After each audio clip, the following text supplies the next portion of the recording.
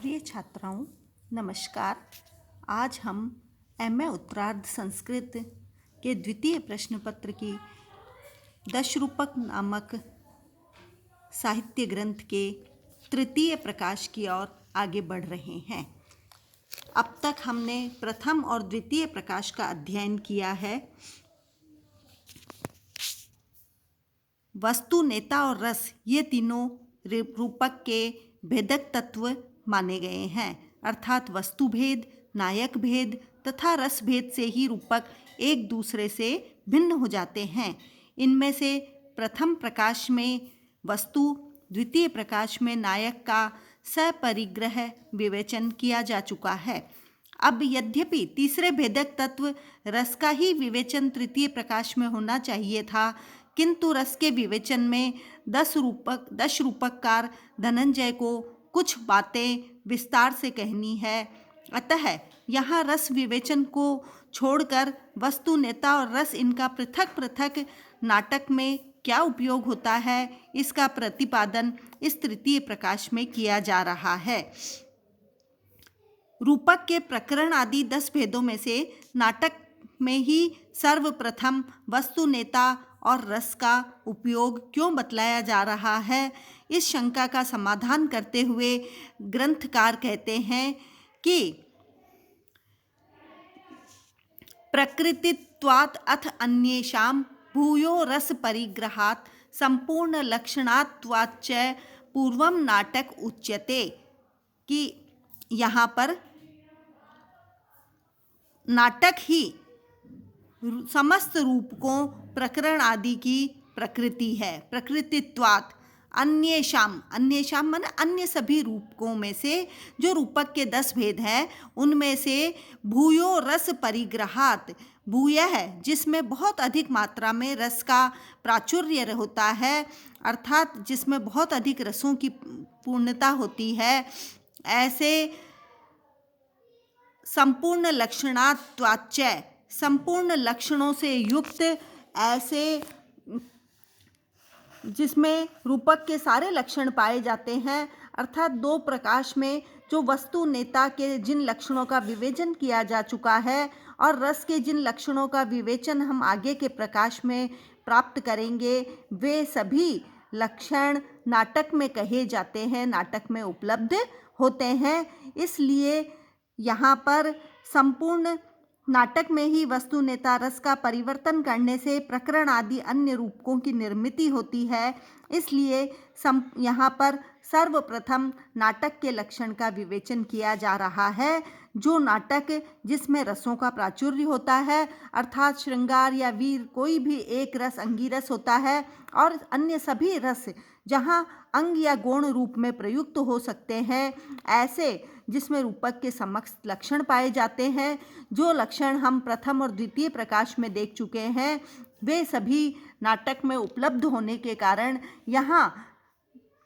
रूपक के प्रथम भेद नाटक का यहाँ पर वर्णन किया जा रहा है। आगे फिर कहा है कि तत्र, अर्थात उस नाटक में क्या होता है कि पूर्व रंगम विधायादौ सूत्रधारे विनिर्गते प्रविश्य तद्वद अपरः काव्यार्थम स्थापयेत नटः, कि पूर्व रंगम अर्थात सर्वप्रथम पूर्व रंग, जो नाट्य शास्त्रोक्त विधि की रीति जो है उसके अनुसार कार्य मंच पर सूत्रधारे विधायादौ, कार्य मंच पर संपन्न करके सूत्रधार जो है वो रंगमंच से विनिर्गते निकल जाने पर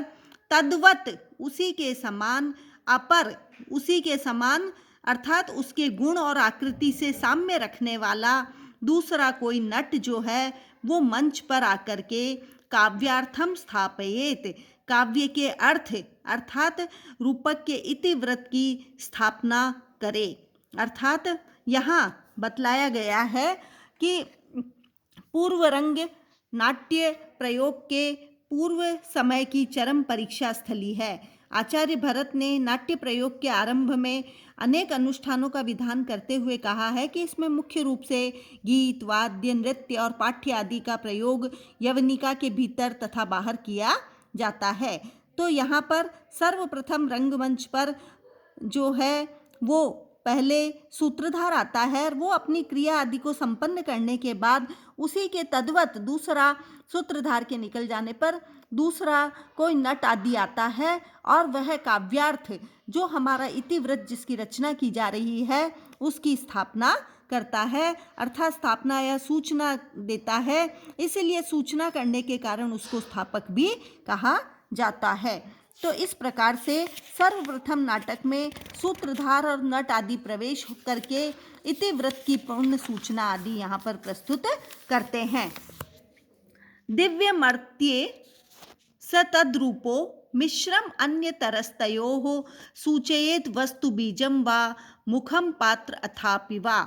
कि वह आकर के क्या करते हैं कि दिव्य मर्त्यम इति स्थापक को नाट्य कथा के अनुरूप ही वेशभूषा आदि का धारण करके रंगमंच पर प्रवेश करना चाहिए, अर्थात नाट्य वस्तु जो कैसी है, दिव्य अर्थात देवता संबंधी हो, और तो वह दिव्य रूप में रंगमंच पर प्रवेश करे, और यदि वह मर्त्य अर्थात मनुष्य संबंधी है तो स्थापक मर्त्य रूप में उपस्थित हो, और नाट्य वस्तु मिश्रम अन्य तरस्तयो हो, मिश्र अर्थात दिव्य वस्तु जिसमें देव और मानव दोनों के ही गुण विद्यमान हो, जैसे राम की कथा में होने पर वह या तो दिव्य रूप में या मर्त्य रूप में मंच पर प्रवेश कर सकता है। मंच पर आने के पश्चात काव्यार्थ की